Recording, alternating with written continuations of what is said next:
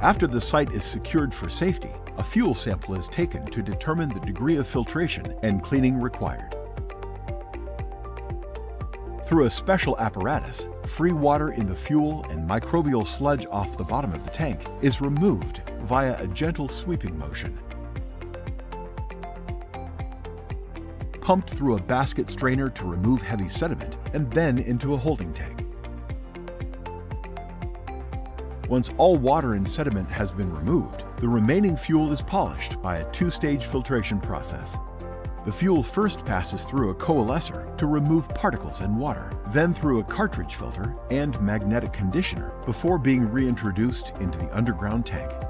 After the sediment in the holding tank has settled, recoverable fuel is pumped back through the two-stage filtration process and returned to the customer's tank as resellable fuel.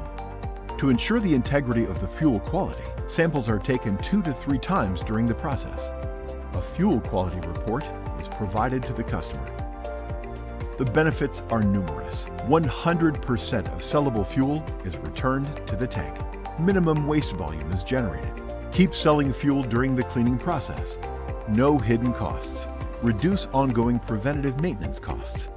Full fuel cleaning each time is not required.